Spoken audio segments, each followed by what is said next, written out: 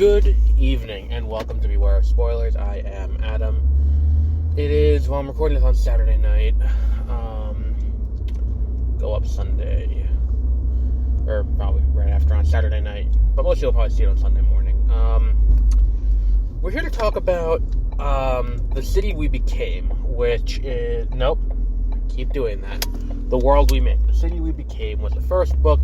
The World We Make is the second that just came out.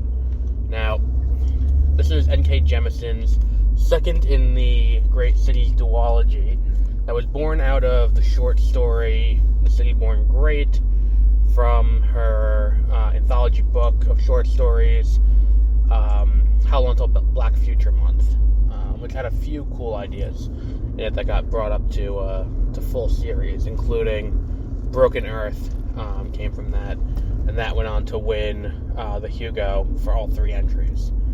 Now, I did enjoy this book.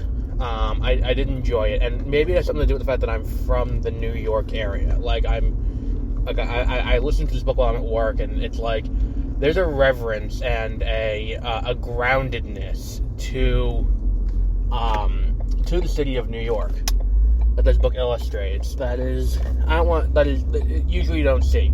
When we see things set in major cities, usually what you end up with is like something that's going to be incredibly the crime aspects of it are going to be highlighted.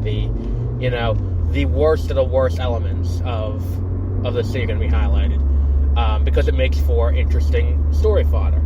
But what this book does, it takes the best parts of the city and finds those who personify them and turns them into avatars for the city.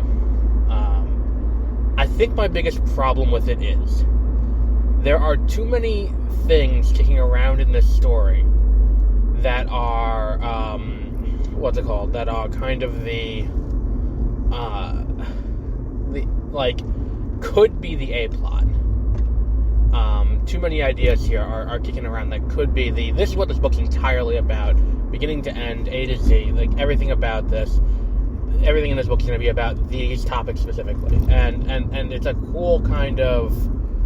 It's one of those things where if it's just one of them is picked and focused on, or a blend of them is picked in a slightly different fashion, the whole thing kind of links together better. But I think the problem is the book doesn't really link together a good amount of the plots to each other. So while all of these ideas are interesting and some are better executed than others, it just kind of leaves the whole experience kind of disjointed in a weird way. Especially when we're in these topical conversations that this book is having right before the election season, where crime in cities is kind of a focal point of these elections. And it's an interesting kind of approach to do this. And I think the idea that, very early on we're introduced to the idea that, the city can be harmed, or the avatars from the city can be harmed by people outside the city having negative thoughts about it and having negative misunderstandings. And it's one of those great, that's a really cool idea. That is an interesting thing. How do they combat that? They don't really address that too much. The idea that, so we have this, so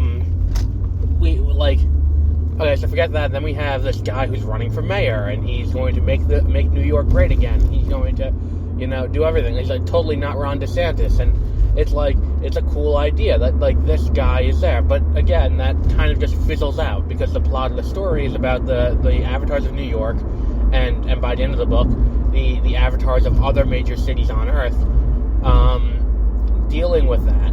And then that's another thing too, where it's the avatars from New York are the newest city avatars, because there's Hong Kong, there's there's Istanbul, there's London, there's Paris, there's all of these other Sao Paulo, and it's there's all of these major cities that have already gone through the birthing, fight that happens with Ryla, and all of that kind of happens, and they don't want to help. It's we went through it, you should go through it too. And again, that's an interesting thing that could be played with a little bit deeper. the idea that, like, just because it was hard for you doesn't mean it can be hard for everyone else beyond this point. And because the whole thing comes down to what Rylith was doing,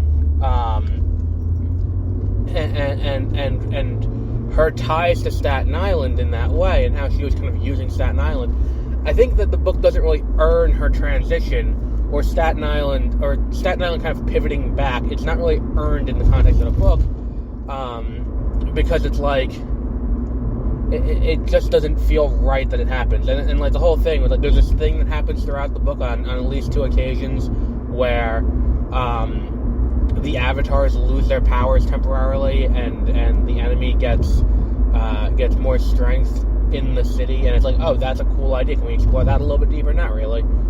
Like, I don't think they really explain what causes that, really. But it would have been better explored. It would have been a better use of time, I think. And it's just such an interesting book, and I really love, like, for me, the portrayal of New York as this vibrant city that is not just the crime-ridden hellhole that we always see it on the news. Because that's the thing, it's the city of millions of people, and if these isolated incidents are designed to single it out as being this shithole, then that's what it's going to look like. But really, it's like, look, not like the fact that every cop show for a good amount of time took place in New York is not reflective of the actual crime rate, and all it does is just make the cities look worse. And it's not just New York, it's Los Angeles, it's Chicago, it's all these places too. But I would have loved, like, this book is great. I really like it. I just wish that any one topic had been picked as kind of the main plan for the enemy. Because I feel like by doing what they did and having it all kind of be there and all kind of be scattershot, none of it really lands properly. So then when the enemy is defeated through metaphysical means, when we get to the third act, and that happens, it's like, well, now we gotta tie up all of these other loose ends, too. And it's like, alright, cool, I guess. But whatever. So I think we'll wrap up there for today. Go check out The City The World We Make by N.K. Jemisin. It is available at bookstores. It is available on Audible. It is available probably at your library, too. But until our next episode, have a great rest of your week.